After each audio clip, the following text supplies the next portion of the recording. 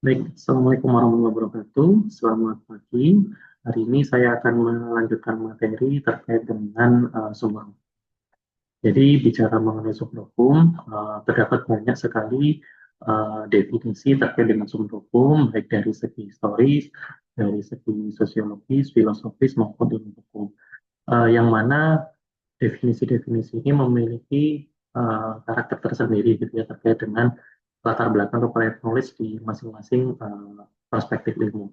Nah, misalnya di dalam aspek historis, sumber hukum itu merujuk kepada asal-usul hukum dari masa lampau yang mencakup terkait dengan undang-undang, kemudian dokumen bersejarah yang menjadi cikal bakal terbentuknya suatu uh, hukum modern gitu ya. Kemudian dari segi sosiologis, dalam perspektif ini sumber hukum adalah faktor-faktor sosial yang mempengaruhi pembentukan hukum seperti kebiasaan, kemudian adat istiadat, kondisi masyarakat. Gitu. Jadi faktor-faktor tersebut yang mempengaruhi adanya hukum itu sendiri. Kemudian yang ketiga dari aspek filosofis, yang mana secara filosofis sumber hukum itu adalah nilai-nilai dan prinsip moral yang menjadikan dasar dari filosofi hukum. Ya, dari sumber hukum ini misalnya melahirkan sebuah prinsip keadilan, konsep kemanusiaan, dan kebenaran yang diakui secara universal. Nah, kemudian dari aspek segi ilmu hukum itu terbagi menjadi dua, ada sumber hukum formal dan juga sumber hukum material. Nah, kalau dalam aspek sumber hukum formal itu adalah sumber hukum yang secara langsung menciptakan aturan hukum yang mengikat dan diakui oleh negara. Jadi bicara mengenai bentuk-bentuknya gitu seperti peraturan perundang-undangan, kemudian jurisprudensi, doktrin, traktat dan juga hukum kebiasaan. Sedangkan dari aspek hukum material itu adalah faktor-faktor yang memengaruhi isi atau materi dari suatu hukum itu sendiri. Sebagaimana kita tahu di pertemuan sebelumnya sudah saya jelaskan bahwa sistem hukum itu merupakan sistem yang bersifat terbuka, yang mana dalam hal ini faktor-faktor yang ada di luar hukum itu dapat memengaruhi suatu hukum itu sendiri. Nah, di antaranya misalnya seperti kondisi ekonomi, politik, kemudian pandangan agama, itu menjadi pertimbangan dalam merancang suatu peraturan atau menjadi sumber hukum tertentu. Gitu ya. Nah, dalam tataran praktis sebenarnya bicara mengenai sumber hukum ini merupakan bahan yang digunakan oleh hakim di pengadilan dalam memutus suatu perkara yang masuk ke wilayah kerjanya atau wilayah kompetensinya, gitu ya. Nah, karena sebagaimana kita tahu bahwa sumber-sumber hukum ini menjadi dasar dalam hakim membuat suatu apa namanya rasio desidendi, gitu ya, rasio desidendi di dalam sebuah putusan sehingga semua putusan yang dibuat oleh hakim itu harus ada dasarnya. Salah satunya adalah dari dasar hukum yang berasal dari sumber hukum ini sendiri.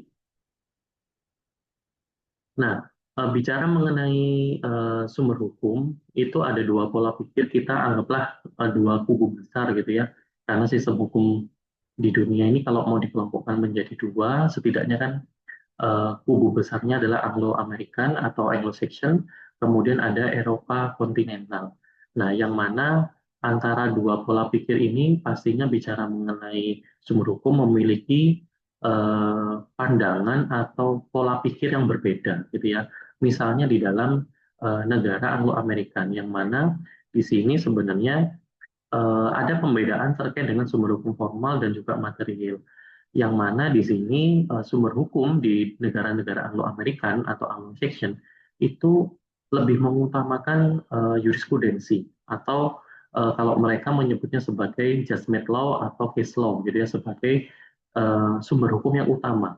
Bukan berarti di dalam sistem hukum Anglo-American itu tidak ada peraturan perundangan, tapi di situ juga tetap ada statute law yang menjadi dasar, tapi yang menjadikan dasar putusan eh, hakim dalam memutus perkara yang apa namanya serupa itu menggunakan case law atau jurisprudensi demi mewujudkan adanya kepastian hukum khususnya gitu ya.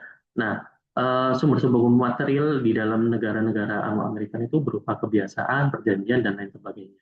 Nah, sedangkan di negara Eropa kontinental atau civil system itu fokus kepada sumber hukum dalam arti formal, yang mana terkait dengan bentukannya. Yang mana di sini kalau mau dilihat bahwa dalam arti formal, sumber hukum itu terbagi menjadi 5, yaitu peraturan perundangan, kemudian kebiasaan, jurisprudensi, doktrin, dan juga traktat. Nah, dalam hal ini sebenarnya bicara mengenai sumber hukum, peraturan perundangan di dalam negara sivil law itu menjadi sumber hukum yang utama, sehingga jika sumber hukum utama dalam hal ini adalah peraturan perundangan sudah mengatur, ya seyogyanya tidak melihat di dalam sumber hukum yang lain. Kecuali kalau memang di dalam peraturan perundangan itu tidak mengatur, maka dari itu boleh menggunakan sumber hukum yang lain sebagai dasar rujukan, misalnya dalam hal ini adalah hakim dalam memutus sebuah perkara yang masuk ke dalam wilayah kerjanya. Nah, pembagian sumber hukum itu ada dua, yaitu sumber hukum material dan juga sumber hukum formil. Sebenarnya tadi sudah saya sedikit singgung terkait dengan sumber hukum material dan formil. Kalau itu sumber hukum material, yaitu tempat di mana materi hukum itu diambil. Jadi, tempat di mana itu bisa diartikan sebagai faktor-faktor yang membantu di dalam pembentukan hukum itu sendiri, gitu ya. Misalnya apakah dari perasaan hukum masyarakat, apakah pendapat umum atau public opinion, kemudian hubungan sosial, hubungan kekuatan politik, kemudian situasi sosial ekonomi misalnya. Kemudian mungkin ada berasal dari hasil riset atau penelitian itu, kemudian tradisi agama itu dapat menjadi dasar pembentukan dari sumber hukum itu sendiri, gitu ya. Jadi sumber hukum material itu didapatnya dari mana sumbernya, gitu ya. Nah, sedangkan sumber hukum formil itu bicara mengenai tempat atau sumber dari mana suatu peraturan itu memperoleh kekuatan hukum tertentu. Jadi kalau mau dibandingkan, sebenarnya bicara mengenai sumber hukum material itu adalah terkait dengan substansinya atau isinya, sedangkan sumber hukum formil itu adalah bentuknya seperti apa. Nah, kalau di dalam sumber hukum formil ini kita fokus saja di dalam uh, sistem hukum civil law, yang mana di dalam sistem hukum civil law itu terbagi menjadi 5 gitu ya sumber hukum, yaitu pertama adalah undang-undang atau diartikan sebagai peraturan perundangan, kemudian jurisprudensi, ada traktat, doktrin, dan juga hukum kebiasaan. Nah, kita masuk ke sumber hukum yang pertama, yaitu peraturan perundangan, yang mana sebenarnya konsep peraturan perundangan itu kita harus bisa membedakan, gitu ya, pemaknaan terkait dengan undang-undang. Ada yang menyebut sebagai perundangan, ada yang menyebut sebagai undang-undang, ada yang menyebut sebagai peraturan perundang-undangan, ada juga yang menyebut sebagai peraturan perundang-undangan, dan juga terakhir ada yang menyebut peraturan negara. Mungkin dari apa yang saya kumpulkan di sini masih ada konsep terkait dengan peraturan perundang-undangan yang lain, tapi perlu diperhatikan bahwa setiap istilah yang atau konsep yang disebutkan di atas itu memiliki pemaknaan yang berbeda, gitu ya. Kalau kita bicara mengenai peraturan perundang-undangan, itu sudah dipastikan bahwa peraturannya itu berbentuk tertulis, dan itu kalau dikaitkan dengan hukum di Indonesia, itu hierarki peraturan perundangan. Jadi mulai dari Undang-Undang Dasar, KPR, Undang-Undang, kemudian PP, Perpres, dan seterusnya. Itu. Tapi kalau bicara mengenai undang-undang, berarti itu adalah salah satu bentuk dari peraturan perundangan, gitu, yang sifatnya umum dan mengikat. Nah, kita lihat pandangan dari beberapa ahli yang menyebut terkait dengan peraturan perundangan. Yang pertama adalah peraturan perundangan adalah setiap keputusan tertulis yang dikeluarkan pejabat yang berwenang yang berisi tingkah laku, aturan tingkah laku yang mengikat secara umum. Kemudian Hamid Atamim ini merupakan salah satu, bisa dibilang ahli hukum di bidang peraturan perundangan. Beliau menyebutkan bahwa peraturan perundangan sebagai semua aturan hukum yang dibentuk oleh semua tingkat lembaga dan bentuk tertentu dengan prosedur tertentu, biasanya disertai dengan sanksi dan berlaku umum serta mengikat rakyat. Kemudian bagaimana menyebutkan peraturan perundangan adalah perwujudan kehendak dari pemegang kekuasaan tertinggi yang berdaulat, maka peraturan perundangan merupakan hukum tertinggi dan adalah satu-satunya sumber hukum. Nah, perlu diingat bahwa Bagirmadan ini adalah orang Indonesia, yang mana peraturan perundang-undangan itu merupakan sumber hukum yang utama. Tidak seperti di negara common law. Kemudian ada pandangan lagi yang menyebut bahwa peraturan perundangan sebagai peraturan perundangan yang mengikat secara umum. Kemudian logomen juga sama ya, peraturan perundangan adalah peraturan perundangan yang mengikat secara umum dan berdaya laku keluar. Nah, kalau kita lihat di dalam undang-undang kita, yang dimaknai sebagai peraturan perundangan adalah peraturan yang tertulis yang memuat norma hukum yang mengikat secara umum dan dibentuk atau ditetapkan oleh lembaga negara atau pejabat yang berwenang melalui prosedur yang ditetapkan dalam peraturan perundangan. Jadi kalau bicara mengenai pembentukan perundangan, kita rujukannya adalah di dalam Undang-Undang Nomor 12 Tahun 2011, tapi perlu diingat bahwa peraturan ini sudah ada perubahannya, jadi teman-teman perlu untuk mengupdate terkait dengan ketentuan baru terkait dengan undang-undang yang dilakukan perubahan tadi. Nah, karakteristik dan juga batasan dari peraturan perundangan itu yang pertama adalah peraturan perundangan berupa keputusan tertulis, jadi memiliki bentuk dan juga format tertentu. Bentuk dan format tertentu itu sudah ditentukan di dalam undang-undang. Fontnya atau jenis hurufnya menggunakan apa, kemudian bagiannya itu terbagi menjadi seperti apa, uh, ukurannya seperti apa itu sudah ditentukan dalam peraturan perundangan. Kemudian yang kedua, dibentuk, ditetapkan, dan dikeluarkan oleh pejabat yang berwenang, baik di tingkat pusat maupun di daerah. Nah, perlu diingat bahwa terkait dengan peraturan perundangan ini, sebenarnya ada dua lembaga yang dapat menerbitkan sebuah peraturan, tapi utamanya itu adalah kalau di tingkat pusat itu adalah DPR, kalau di tingkat daerah itu DPRD gitu ya. Tapi perlu diingat juga bahwa pejabat eksekutif itu juga memiliki kewenangan untuk membuat peraturan khususnya untuk di wilayah kerjanya. Jadi terbatas di mana wilayah kerjanya itu berada, tidak seperti undang-undang yang dibuat oleh DPR yang pada umumnya itu berlaku secara umum dan mengikat bagi semua orang. Kemudian karakteristik yang ketiga adalah peraturan perundangan tersebut berisi terkait dengan aturan pola tingkah laku. Ya, perlu kita tahu bahwa hukum itu salah satu fungsinya adalah memiliki norma sosial gitu ya. Yang mana kalau dikaitkan dengan norma sosial ada satu bagian dari norma sosial itu adalah norma hukum yang mana di situ mengatur mengenai kewenangan, eh, mohon maaf, kewajiban, perintah, larangan, izin dan juga dispensasi itu dituangkan di dalam peraturan perundangan. Kemudian karakteristik yang keempat yaitu peraturan perundangan mengikat secara umum karena memang ditujukan untuk umum. Eh, ini membedakan antara peraturan dengan keputusan. Gitu ya. Kalau peraturan itu memang dibentuk oleh lembaga legislatif, sedangkan untuk keputusan biasanya memang diterbitkan oleh pejabat eksekutif, yang mana kalau itu keputusan memang sifatnya lebih ke arah individual atau kelompok, gitu ya. Tapi kalau itu peraturan itu sifatnya lebih umum dan mengikat secara eh, apa mengikat bagi semua orang, gitu. Dan memiliki daya kerja bagi semua orang. Nah, undang-undang, kita masuk ke undang-undang gitu ya. Bicara mengenai undang-undang, itu ada pendapat dari Jacobus Weiss itu yang menyebutkan bahwa undang-undang dibedakan menjadi dua, yaitu undang-undang dalam arti formil dan juga undang-undang dalam arti material. Yang mana sebenarnya bicara mengenai undang-undang ini, itu bahwa semua undang-undang dalam arti formil pasti merupakan undang-undang dalam arti material, tetapi tidak semua undang-undang dalam arti material adalah undang-undang dalam arti formil. Beliau menyampaikan bahwa hal ini karena banyak peraturan lain yang isinya mengikat masyarakat, namun tidak dibuat melalui prosedur pembentukan peraturan perundangan.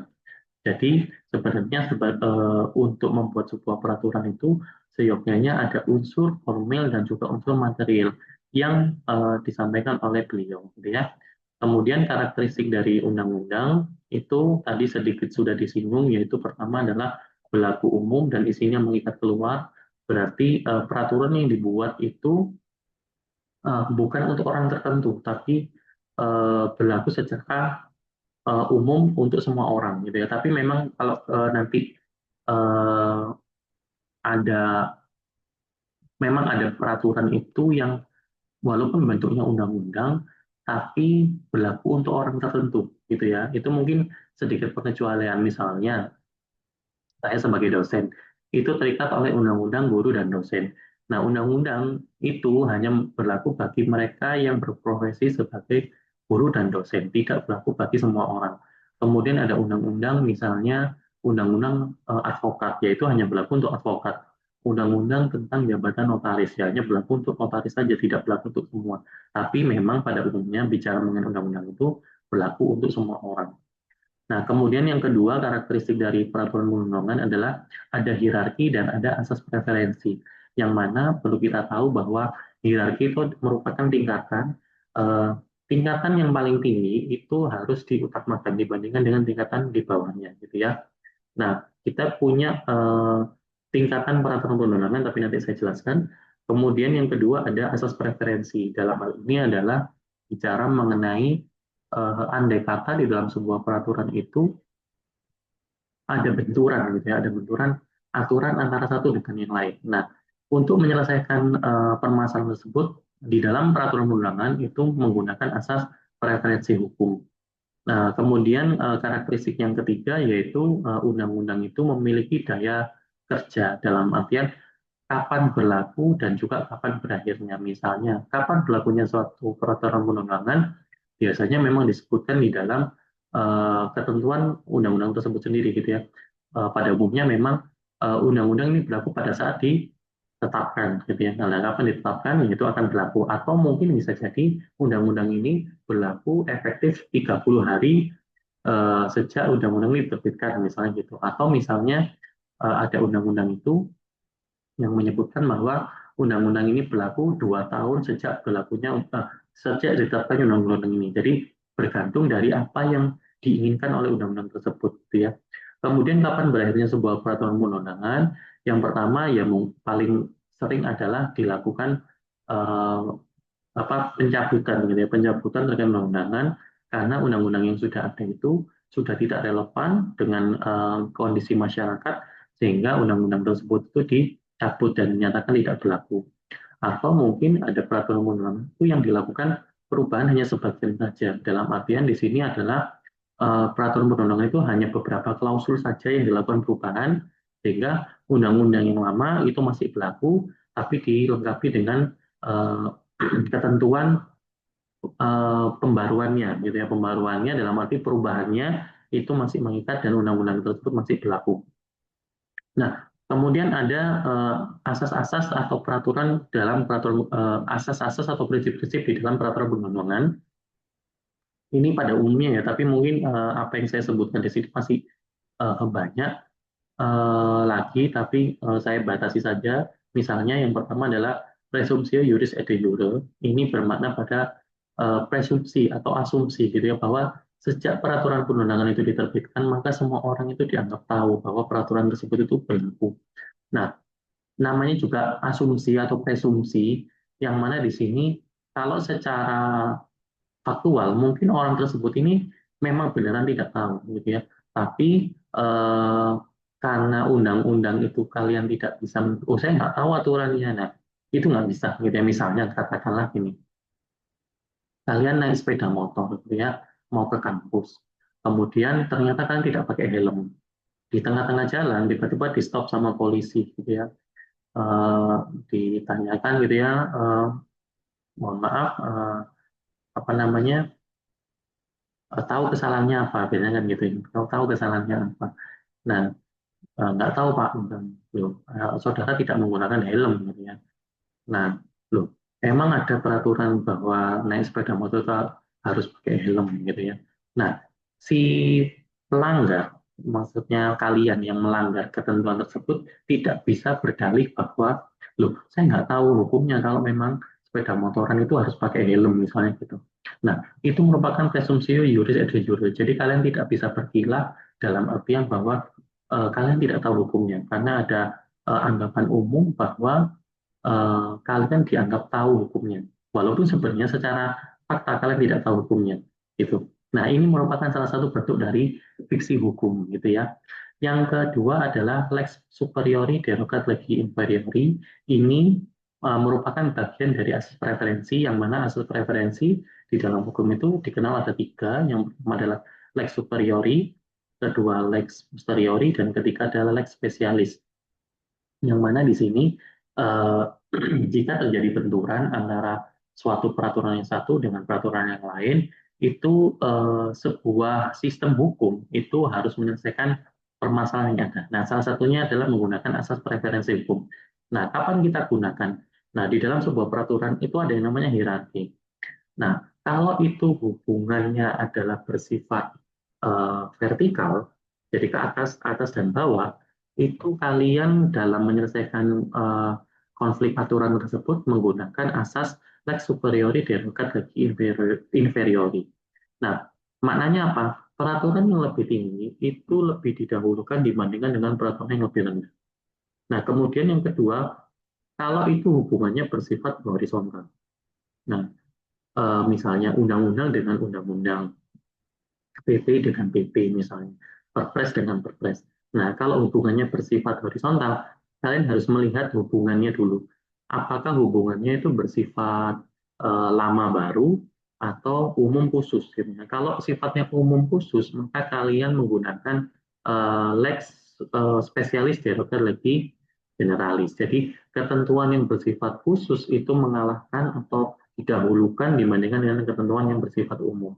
Kemudian lex posteriori itu digunakan kalau ketentuan yang baru itu lebih didahulukan dibandingkan ketentuan yang lama, gitu ya. Jadi dilihat dari hubungannya dulu, apakah itu lama baru atau umum khusus, gitu ya. Nah, yang selanjutnya asas yang terakhir mungkin ius contrarius actus. Di sini artinya adalah eh, peraturan yang dibuat oleh seseorang itu dapat dicabut hanya oleh orang tersebut, gitu ya. Jadi misalnya peraturan presiden. Nah, peraturan presiden ini mau dicabut, ya hanya presiden yang bisa mencabut ketentuan tersebut, gitu. Jadi kalau bicara ius contrarius actus memang lebih ke arah pejabat eksekutif, gitu ya, pejabat yang menerbitkan itu pejabat yang berwenang untuk mencabut. Gitu. Lebih kental dengan hukum administrasi sebenarnya kalau bicara mengenai ius contrarius actus. Nah, ini tadi mungkin penjabaran dari apa yang saya sampaikan berkaitan dengan presumpsi juris et jure, yang mana di sini setiap orang itu dianggap tahu bahwa ada undang-undang tersebut atau ada peraturan eh, peraturan perundang-undangan tersebut gitu ya. Jadi kalian tidak bisa berkilah bahwa lu saya nggak tahu aturannya, lu saya lu nggak ngerti. Memang benar saya jujur loh Pak, saya nggak tahu lah. Memang nggak tahu, tapi secara fiksi hukum kalian dianggap tahu. Nah, pernah ada suatu kejadian perkara itu dituangkan di dalam putusan Mahkamah Agung nomor 645K garing SIP garing 1970 yang sebenarnya dari putusan pengadilan tersebut itu juga sama, bahwa seseorang itu dianggap tahu hukumnya. Kalian tidak bisa berkilah bahwa saya tidak tahu hukumnya gitu ya.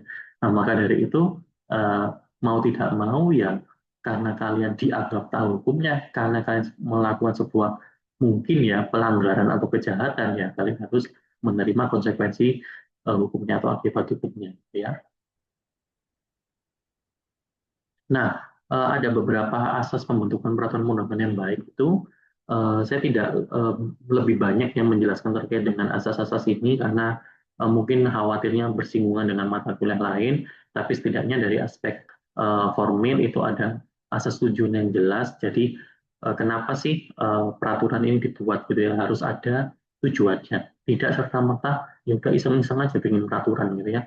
Kemudian yang kedua ada asas organ atau lembaga yang tepat. Dalam hal ini adalah memang lembaga atau organ tersebut itu memiliki kewenangan dalam menerbitkan sebuah peraturan perundang-undangan. Kemudian yang ketiga, asas kedesakan pembuatan pengaturan tersebut. Dalam hal ini adalah eh, apakah memang benar perlu dibuat sebuah peraturan, gitu ya.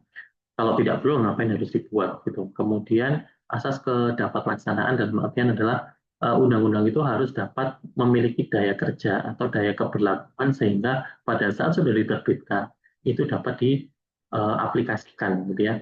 Dan yang terakhir adalah asas konsensus. Kemudian dari asas material itu ada terminologi dan sistematika yang benar. Hal ini berkaitan kalau bicara mengenai undang-undang di Indonesia itu sudah ada eh, pedomannya dalam membuat sebuah peraturan gitu ya. Kemudian asas dapat dikenali, ada asas perlakuan yang sama dalam hukum, tidak diskriminatif pastinya. Kemudian asas kepastian hukum dan juga asas pelaksanaan hukum sesuai dengan keadaan individual. Nah, ada dua pandangan terkait dengan apa namanya peraturan perundangan. Mungkin kalau kalian yang sudah biasa mengikuti perkuliahan sudah eh, familiar dengan istilah kodifikasi, gitu ya. Sebenarnya kalau dilihat dari pandangan beberapa ahli ini, kodifikasi itu kan awal mulanya hukum-hukum yang tidak tertulis yang lain di masyarakat itu dikumpulkan menjadi suatu kitab yang kitab itu berisi beberapa aturan, gitu ya. Tidak hanya spesifik dalam satu eh, bagian hukum tertentu, tapi beberapa aturan itu dijadikan satu, gitu ya, sehingga menjadi sebuah yang namanya kodifikasi, gitu. Nah, tapi pemaknaan terkait kodifikasi, misalnya di Indonesia itu kan kita hanya terbatas menjadi tiga saja. Itu pun bukan pemerintah Indonesia yang melakukan, tapi pemerintah Prancis pada waktu itu yang diterapkan di Belanda, kemudian diaplikasikan di Indonesia. Nah, di Indonesia itu bicara mengenai kodifikasi itu hanya tiga saja. Yang pertama adalah bergelar white book atau yang kita kenal dengan Kitab Undang-Undang Hukum Perdata. Kemudian yang kedua ada white book Van Kop Handel, itu bicara mengenai Kitab Undang-Undang Hukum Perniagaan atau Dagang. Kemudian yang ketiga adalah white book Van Stafford atau Kitab Undang-Undang Hukum Pidana. Cuma tiga itu saja di dalam ketentuan eh, hukum di Indonesia, gitu ya. Tapi perlu diingat bahwa dalam hal ini kodifikasi itu spesifik, gitu ya, karena mengatur mengenai pidana ya pakainya adalah Wetboek Staffel. Oh, yang mengatur mengenai perniagaan ya pakai Wetboek Handel. Oh, ini ternyata hubungan keperdataan yang pakai Berkeley Wetboek, gitu ya. Nah, tapi perlu diingat bahwa pada waktu itu kodifikasi itu memang dilakukan oleh orang-orang zaman dulu, gitu ya, untuk membukukan suatu hukum-hukum yang tidak tertulis yang dituangkan dalam satu kitab. Tapi perlu diingat bahwa kapan bisa dilakukan kodifikasi kalau itu sudah memiliki daya kerja di masyarakat, gitu ya. Sehingga dalam pandangan ini kodifikasi itu pasti eh, jauh di belakang hukum itu jauh di belakang kondisi yang ada di masyarakat. Nah, tidak seperti kalau itu modifikasi. Jadi kalau modifikasi itu lebih fleksibel dan lebih visioner. Yang mana di sini meletakkan hukum itu di depan masyarakat. Jadi hukumnya diatur, kemudian masyarakat mengikuti. Gitu. Kalau gampangnya seperti itu. Tapi apa yang saya sampaikan di sini perlu kalian mungkin baca tiga pendapat ini ya dari Hamid Akamimi, Hopmans, dan juga Roscoe terkait dengan modifikasi itu. Nah, ini saya rasa tidak perlu saya jelaskan ya apa yang kalian maknai dengan kodifikasi, karena kalau bicara mengenai kodifikasi itu kalian mungkin sudah lebih paham dibandingkan dengan modifikasi, gitu ya. Silakan dibaca saja. Kemudian tiga unsur dalam peraturan hukum konkret itu, yang pertama ini sebenarnya kumpulan dari apa yang tadi saya jelaskan. Pertama itu bicara mengenai perilaku manusia. Yang diatur adalah tata laku yang dilakukan oleh manusia. Kemudian yang kedua itu peraturan tersebut itu berlaku secara umum. Dan yang ketiga itu peraturan hukum itu bersifat preskriptif, karena perlu diingat bahwa hukum itu ilmu yang preskriptif ya. Jadi menentukan apa yang seharusnya, yang boleh atau yang dilarang untuk dilakukan. Bukan hanya menguraikan peraturan yang sifatnya deskriptif, gitu ya. Ini kembali ke karakteristik dari ilmu hukum sendiri. Nah, ini tadi yang saya sebutkan terkait dengan hierarki peraturan perundangan. Kalau kita lihat di dalam Undang-Undang 12 tahun 2011, termasuk dengan perubahannya ya.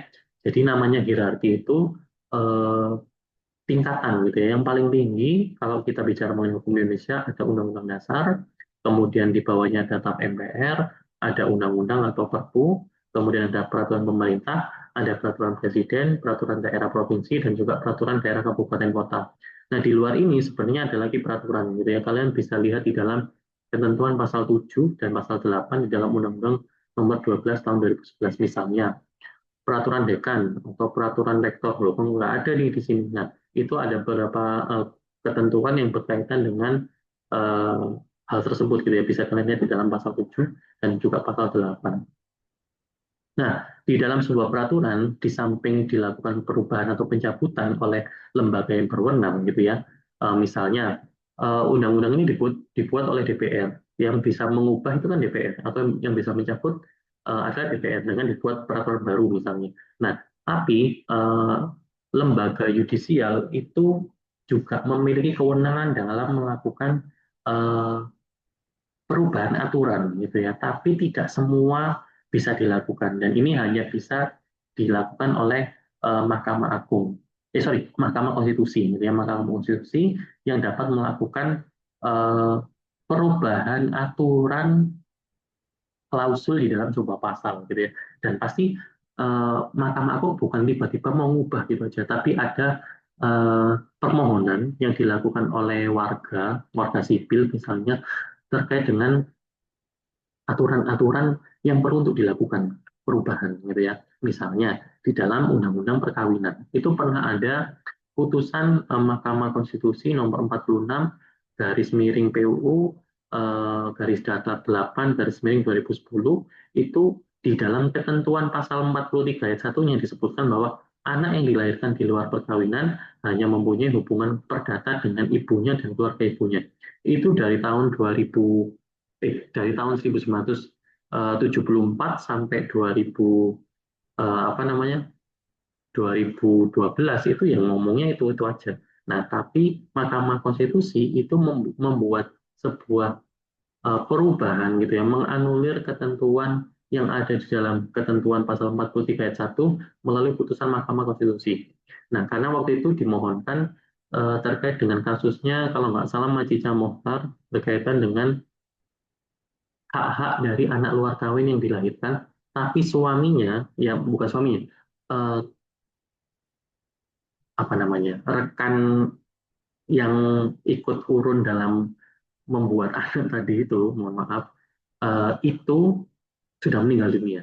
Nah, bagaimana caranya? Nah, kemudian Majelis Muhtar mengajukan permohonan, dinilai sama Hakim Konstitusi, muncullah ketentuan baru terkait dengan pasal 43, yang mana isinya adalah anak yang dilahirkan di luar perkawinan mempunyai hubungan perdata dengan ibunya dan keluarga ibunya, serta dengan laki-laki sebagai ayahnya yang dapat dibuktikan berdasarkan ilmu pengetahuan dan teknologi dan atau alat bukti lain menurut hukum mempunyai hubungan darah termasuk hubungan perdata dengan keluarga ayahnya. Nah, dengan adanya ketentuan ini memperluas pemaknaan terkait dengan anak luar kawin yang mana anak luar kawin tidak lagi memiliki hubungan keperdataan dengan ibunya saja atau keluarga ibunya, tapi juga dengan bapaknya asal dapat dibuktikan dengan ilmu pengetahuan dan teknologi, gitu ya.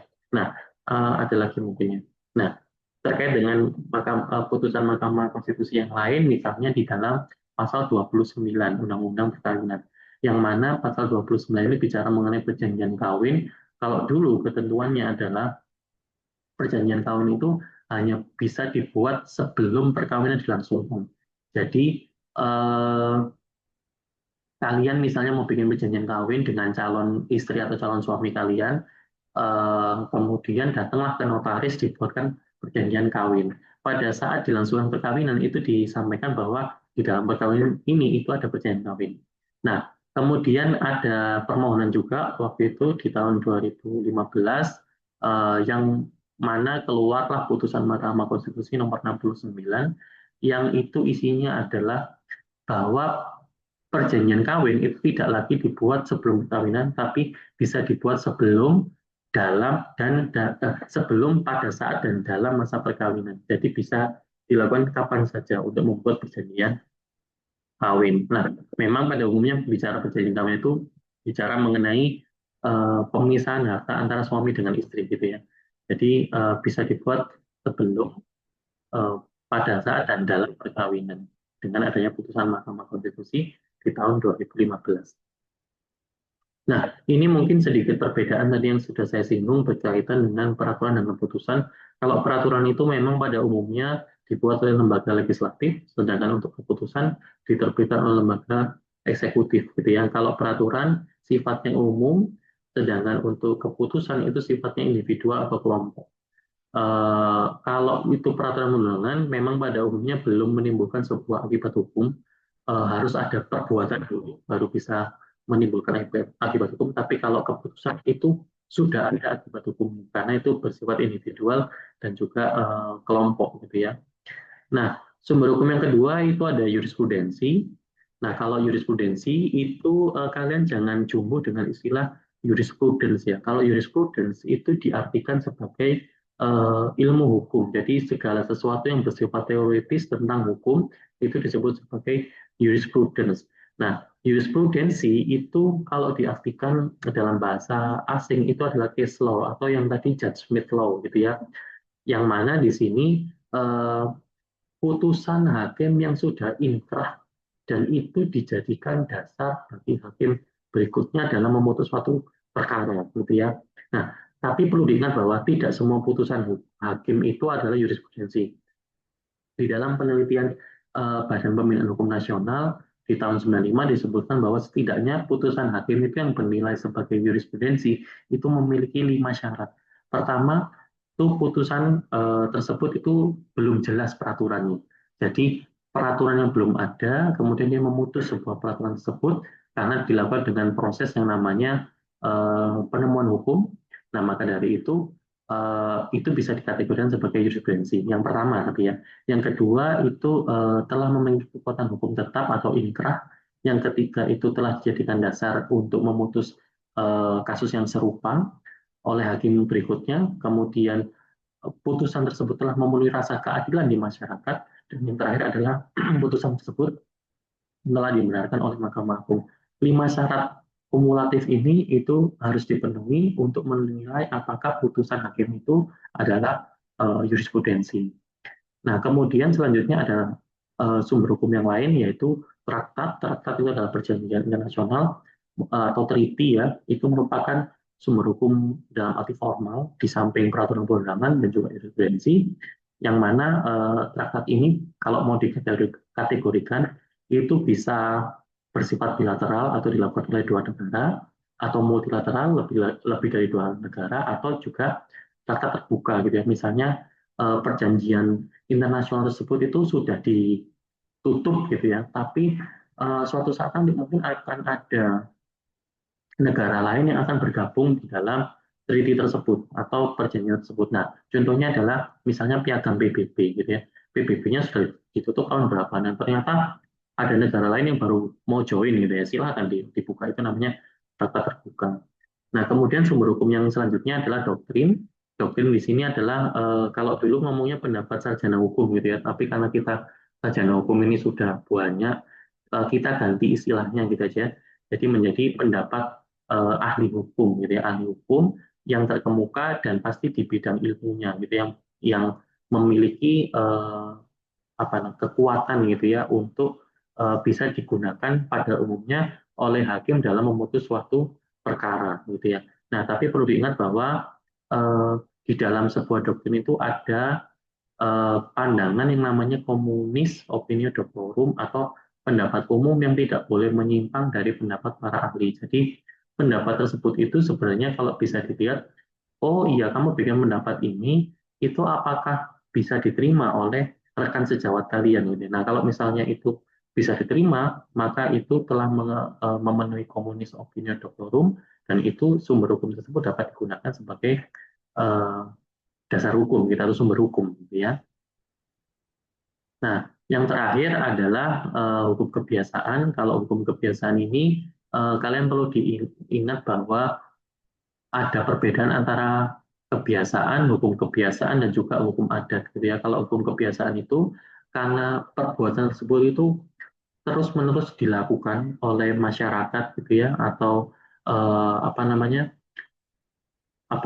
kebiasaan tersebut itu karena terus-menerus dilakukan, maka menimbulkan suatu anggapan bahwa kalau saya tidak melakukan itu, maka saya akan melanggar hukum. Atau kebalikannya, kalau saya melakukan itu, saya akan melanggar hukum. Nah, jadi kesadaran tersebut itu yang menimbulkan suatu anggapan bahwa apa yang saya lakukan itu harus saya lakukan karena itu kebiasaan walaupun tidak dituangkan dalam peraturan perundangan. Nah, kalau yang ini berbeda dengan doktrin yang tadi. Nah, ini ada pandangan yang namanya opinion necessitatis. Jadi opinion necessitatis ini itu karena perbuatan itu dianggap hal yang wajib dan terus-menerus dilakukan oleh masyarakat, maka seolah-olah menjadi mengikat secara hukum gitu ya sehingga eh, kebiasaan tadi berubah menjadi hukum kebiasaan. Gitu. Nah, kalau bicara mengenai hukum kebiasaan, memang bukan berasal dari lembaga legislatif, tapi itu berangkat dari masyarakat. Kemudian hukum kebiasaan itu sendiri juga ditetapkan oleh masyarakat yang bersangkutan, sehingga bukan diterbitkan oleh lembaga resmi atau yang kita nyebut sebagai legislatif, karena kalau legislatif itu dituangkan dalam bentuk undang-undang tadi, gitu ya, peraturan undang-undangan. Nah, pertanyaannya adalah apakah kebiasaan itu merupakan sumber hukum kalau di Indonesia gitu ya. Nah, kita punya pada waktu itu punya ketentuan pasal 22 Algemene Pepalingan yang disebutkan bahwa hakim yang menolak untuk mengadili dengan alasan undang-undangnya bungkam, tidak jelas atau tidak lengkap, dapat dituntut karena menolak untuk mengadili. Jadi hakim itu dianggap orang yang paham atas peraturan perundangan sehingga hakim dilarang untuk menolak perkara.